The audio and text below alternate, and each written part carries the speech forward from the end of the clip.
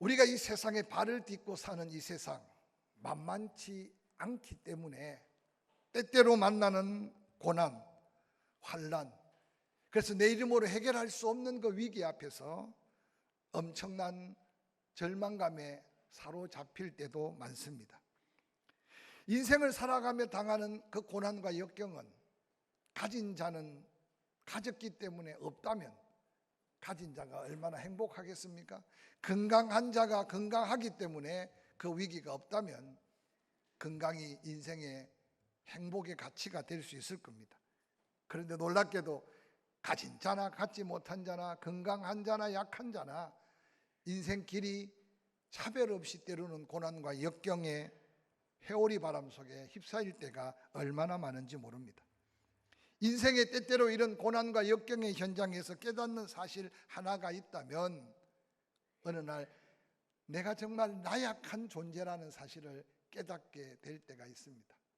내 가진 경험, 내 가진 어떤 물질, 내 가진 지혜로 해결할 수 없는 그 문제 앞에 가장 초라하고 가장 연약하게 보이는 자신을 발견하게 될 때가 있다는 거죠.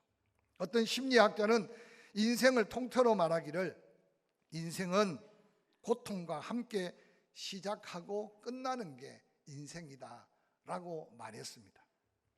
엄마의 안락한 태 속에 생명이 시작된 그는 그 따뜻함과 평안함으로 지나다가 갑자기 이 세상에 다시 태어날 때 가장 첫 번째 그가 하는 행동이 무엇인지 아마 아이를 낳아 보신 분들은 잘 알 겁니다. 그가 세상에 어떤지도 모르는데도 엄청난 소리로 울지 않으면 그 생명조차도 스스로 지킬 수 없는, 그래서 많은 사람이 말합니다. 태어날 때 지가 울고 죽을 때는 주변에 많은 지인들이 울고, 그래서 인생은 울음으로 시작해서 울음으로 끝나는 게 아닌가라고 말합니다. 그렇게 태어났다고 해서 그가 온전한 사람으로 서지 않는 게 인생입니다. 저는 가끔 아이들이 태어나서 자라는 걸 보면서 하나님이 인간을 만물의 영장 모든 걸 다스리고 지배하도록 만들어 주셨는데 사실은 인간만큼 나약한 게 또 없다는 걸 발견하게 됩니다. 오늘 본문에도 전에 혼인잔치에 물로 포도주의 기적을 행했던 그 가나에 예수님이 다시 찾았다라고 기록하고 있습니다. 유다에 있던, 즉 예루살렘에 있던 예수님이 북쪽 갈릴리 지역으로 오셨습니다.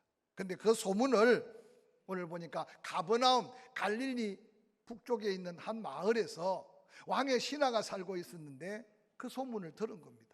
근데 그 왕의 신하가 예수 소문을 들을 수밖에 없었던 것은 하나밖에 없는 그 아들이 죽어가고 있는 그 모습 속에 성경은 죽어갑니다 라고 말했지만 죽어가는 아들을 위해 그 왕의 신하가 안 해본 게 뭐가 있었겠습니까?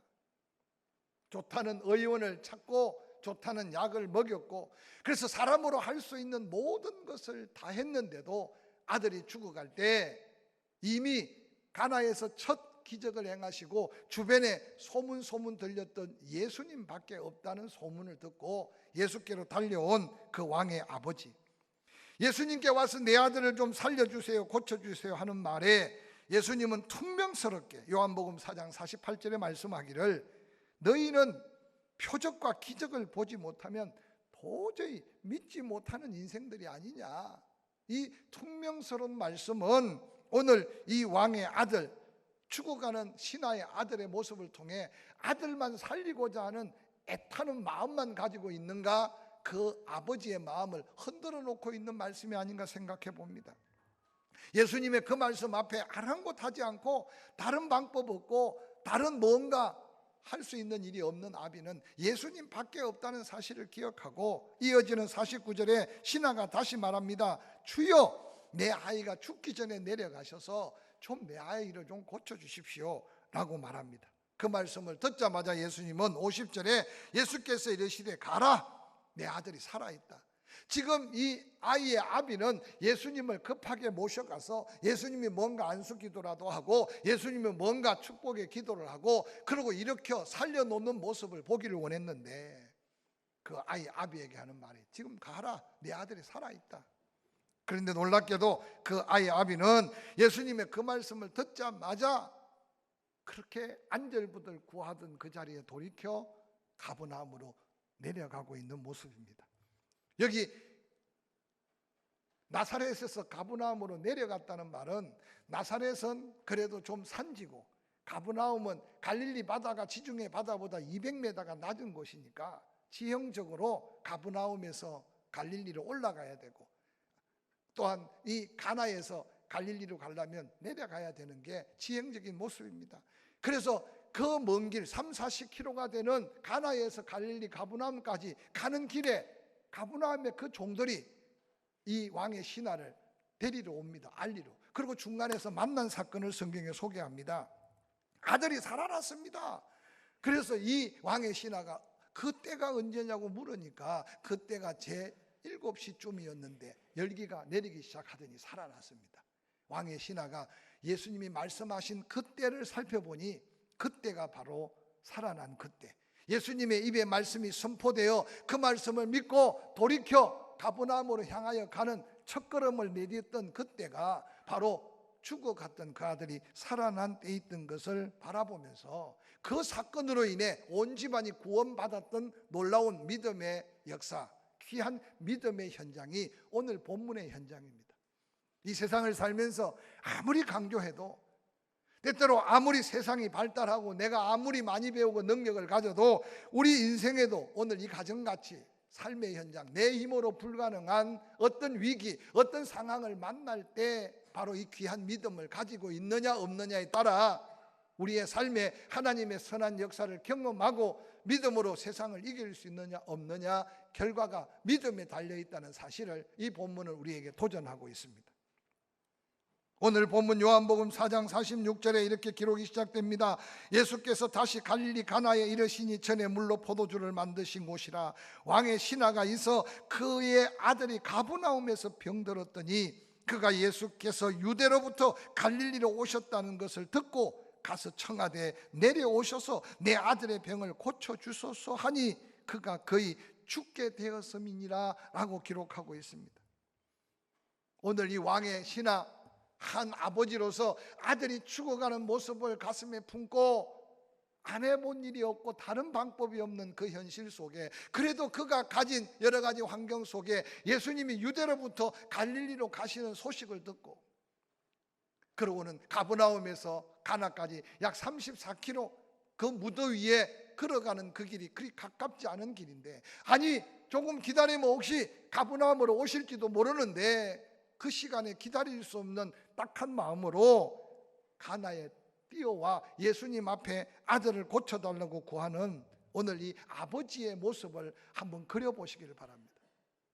나그네 같은 인생을 살면서 우리에게도 때때로 이런 절박한 순간, 아니 내 힘, 내 경험, 내 생각으로 아무것도 할 수 없다고 생각하는 그 순간이 우리 앞에도 다가올 수 있다는 사실을 늘 생각해 가면서 그 일을 만나기 전에 믿음을 준비해야 그 일 속에 내 믿음의 선한 역사가 하나님의 말씀의 역사로 응답함의 기적을 보게 되는 믿음이 바로 오늘 본문을 통해 우리가 가져야 될 믿음이라는 사실을 기억하시기를 주의 이름으로 간절히 축원합니다.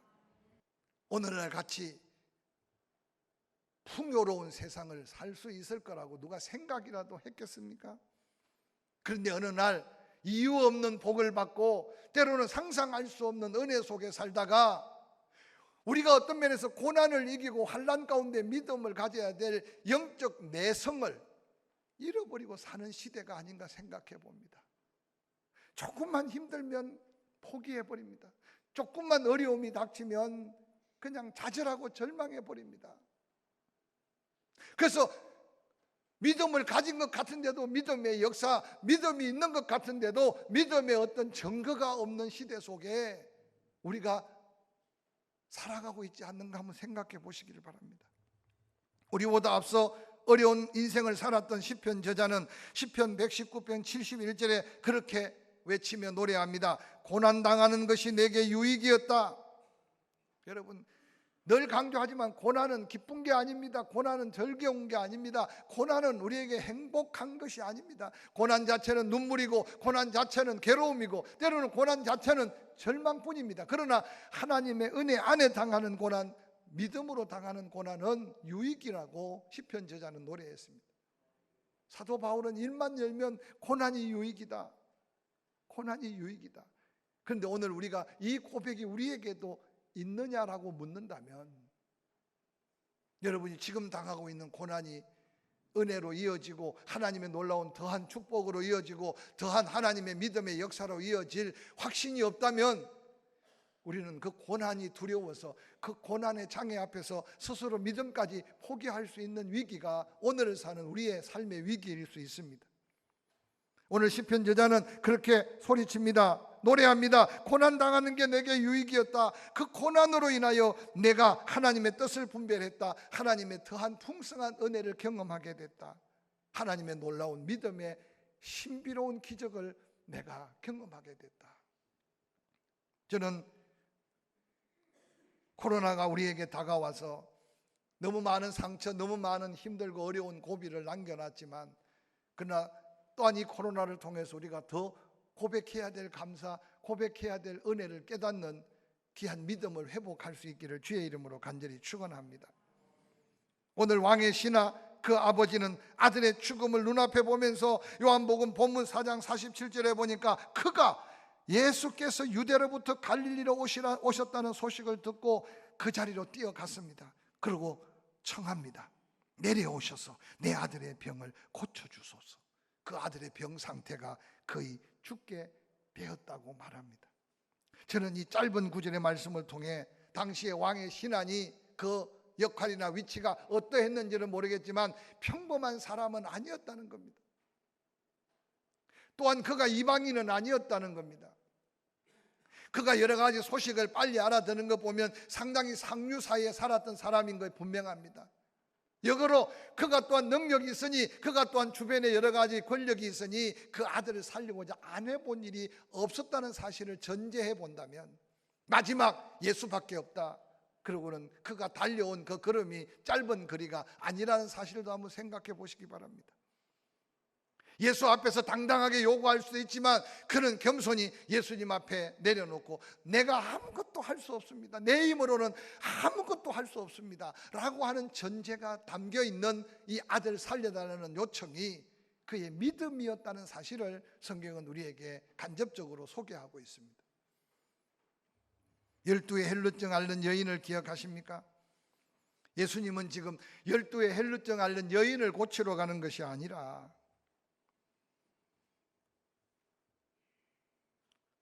회당장의 딸을 살리기 위해서 가는 길이었어요. 그런데 길을 가는데 그 여인이 예수 옷자락을 만졌잖아요.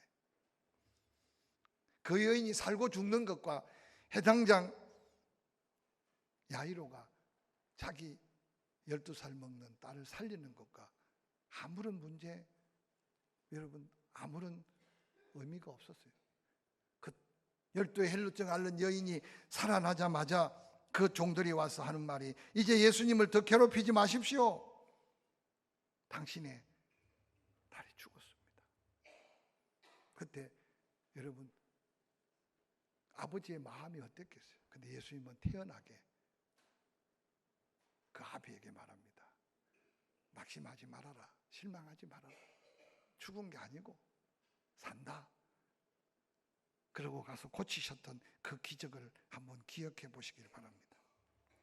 오늘 우리가 믿음을 지키기 힘든 것은 내 힘으로 할 수 없을 그때 예수 그리스도를 바라보고 예수 그리스도를 찾을 수 있는 믿음을 놓치는 그 순간 내 마음속에 낙심이 가득하고 절망이 가득해서 기도하는 것조차도 포기하고 하나님 앞에 한 걸음 더 나아가는 믿음의 도전을 포기하는 어리석은 믿음의 자리에 서게 된다는 사실을 기억하시기 바랍니다. 오늘 요한복음 4장 49절에 신하가 말합니다. 기적을 원하고 표적을 원해서 믿는 게 아니라 나는 당신을 믿습니다 라는 그 고백같이 주여 내 아이가 죽기 전에 내려가셔야 됩니다. 그때 예수께서 말씀합니다. 다른 때는 가서 고쳐준다고 함께 동행하더니 왜 이 본문에서는 가라 내 아들이 살아있다. 그런데 그 순간 예수님을 데리고 가서 안수를 하던, 예수님이 이렇게 세우던 고쳐주기를 기대하고 왔는데 짧은 시간 말씀 속에 이 왕의 신하의 마음속에 믿음이, 예수님이 기대하는 믿음이 생긴 거예요. 그래서 예수님은 그 먼 길까지 가서 죽은 자를 살려놓지 않아도 이 왕의 신하는 이미 믿음이 있었어요. 그래서 내 믿음대로 되라는 말씀 대신 가라, 지금 내 아들이 살았다는 거예요. 놀랍게도 예수님의 그 말씀이 끝나자마자 이 왕의 신하는 50절 하반절에 그 사람이 예수께서 하신 말씀을 믿고 가더니 라고 기록하고 있어요. 오늘 저는 소개하고 싶은 것이 바로 이 믿음입니다. 세월이 지나고 영적 연수가 더할수록 우리는 영적 경험들이 많아요. 그래서 그 어느 날 그 경험들이 내 생각에 사로잡혀 있어요. 하나님의 뜻과 내 생각의 차이가 자꾸만 너무 많이 나요. 그래서 어느 날 말이 많아요. 기도하는 시간은 줄어들고 내 생각이 더 많아져요. 그러다 보니까 하나님의 때와 내 시간하고 너무 거리가 멀어요. 그래서 우리는 내 시간만 붙들고 기도하는 거예요. 이때 하나님이 이렇게 해주시고 이때 이것은 이렇게 해주십시오. 그래서 어느 날 기도가 이기적이고 내 중심적이고 어느 날 자기 정욕으로 구해서 잘못 구하기 때문에 응답을 잃어버리니 응답의 감격을 경험하지 못하다 보니까 아예 기도하는 믿음을 포기해버리고 사는 그리스도인들이 없다고 누가 말할 수 있겠습니까? 오늘 이 아이의 아버지는 예수님을 모셔가야 그 아이가 살아날 수 있다고 믿었어요. 그런데 예수님의 말씀은 걱정하지 말고 가라, 지금 내 아들이 살았다는 이 말씀을 우리는 성경이니까 쉽게 읽고 성경이니까 쉽게 설교하지, 내 삶에 이런 상황이 다가올 때 과연 그게 믿어져서 예수님을 모시고 가려고 했던 내 생각을 내려놓고 다시 살아났다는 아들을 보기 위해 가버나움으로 빠른 걸음을 걸을 수 있는 이 믿음이 우리에게 있을까 스스로 한번 질문하고 대답해 보시기 바랍니다. 때때로 우리는 내 시간의 한계를 극복하지 못해서 내 때의 한계를 극복하지 못해서 기도하면서 내가 조급하지 않습니까? 하나님의 은혜를 구하면서도 내가 너무 바쁘지 않습니까? 하나님의 놀라운 때를 찾으면서도 내가 너무 분주하지 않습니까? 그러다 보니까 어느 날 예민해지고 그러다 보니까 어느 날 민감해져서 하나님의 말씀만 들려야 되는데 그 말씀이 믿음이 돼야 되는데 의사의 말이 더 크게 들리고 세상의 방법이 더 유익하게 보이고 아직도 남아있는 내가 뭔가 할 수 있는 것 같아서 전적으로 믿고 하나님의 은혜를 구하는 믿음의 역사를 놓쳐버리고 살지는 않는가? 오늘 본문을 우리에게 도전합니다. 비슷한 믿음을 가진 백부장을 소개합니다. 마태복음 5장 8장 5절 이하에 가버나움에 들어가니 한 백부장이 자기 아들도 아닙니다. 하인이 병들어 집에 누워 괴로워합니다. 예수님은 가서 고쳐준다고 합니다. 왜냐? 백부장은 로마에 파견된 갈릴리 치안을 담당하는 지도자니까 믿음이 없다고 생각했었는지 모릅니다. 근데 백부장이 함께 가서 고쳐주겠다는데 예수님께 말씀합니다. 예수님, 내 집으로 오시는 걸 제가 그렇게 모실 수가 없습니다. 나도 내 위에 모시는 사람이 있고 내 부하 하인을 두고 부리는 사람이 있는데 내가 어떻게 예수님 오라 가라 할 수 있겠습니까? 이 자리에서 말씀만 하시면 내 하인이 나을 줄 믿습니다. 여러분, 이 말을 듣자마자 마태복음 8장 10절에 예수께서 놀랍게 여겼다 따르는 자들에게 이르되 내가 진실로 너희에게 이르노니 이스라엘 많은 사람들 중에 그 누구에게도 이만한 믿음을 보지 못했다고 예수님은 칭찬하며 귀한 믿음을 소개하고 있습니다. 우리의 모습은 어떠합니까? 주여 내 집에 들어오심을 나는 감당치 못합니다. 말씀만 하셔도 내 하인이 나을 줄로 믿습니다. 회당장 야이로의 믿음을 한번 보십시오. 누가복음 8장에 예수님께서 들어갔는데 무리가 다 곡을 하고 난립니다.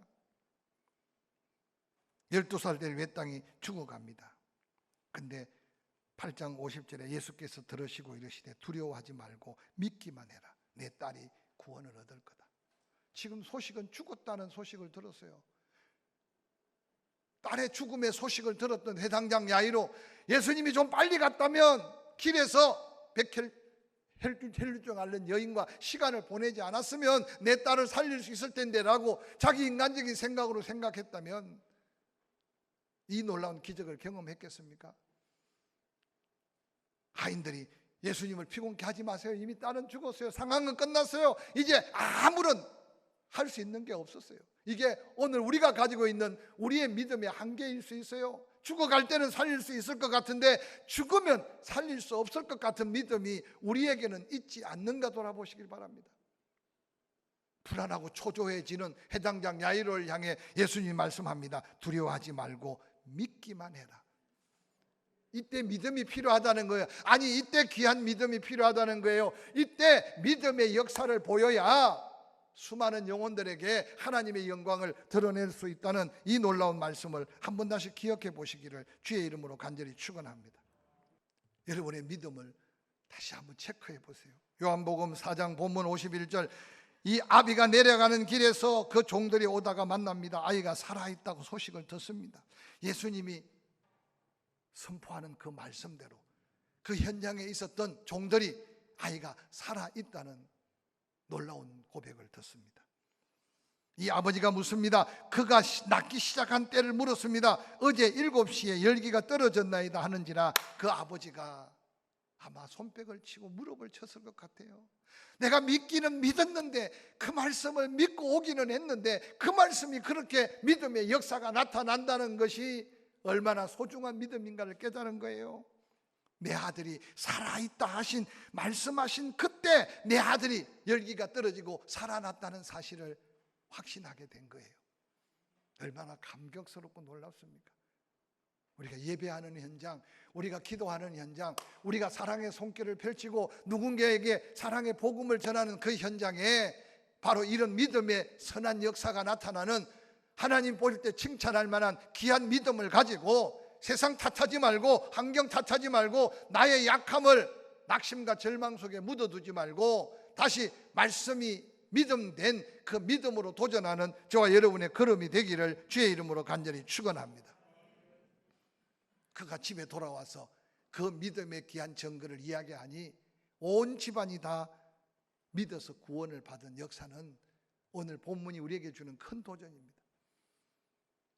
사랑하는 성도 여러분, 예수님이 꼭 가서 기적을 행해 구원을 해야 될 가정도 있지만 이 가정은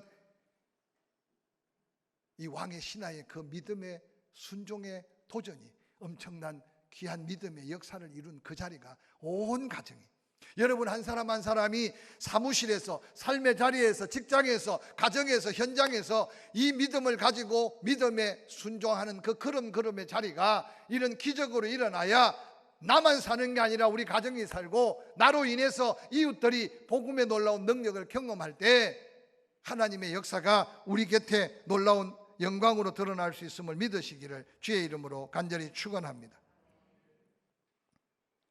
사도 바울은 로마서 10장 16절 이하에 그렇게 말합니다. 그들이 다 복음을 순종하지 아니하였도다. 이사야가 말했다. 주여 우리가 전한 것을 누가 믿었나이까 하였으니 그러므로 믿음은 들음에서, 들음은 그리스도의 말씀으로 말미암느니라. 그러나 내가 말하노니 그들이 듣지 아니하였느냐? 그렇지 아니하니 그 소리가 온 땅에 퍼졌고 그 말씀이 땅끝까지 이르렀도다 하였도다.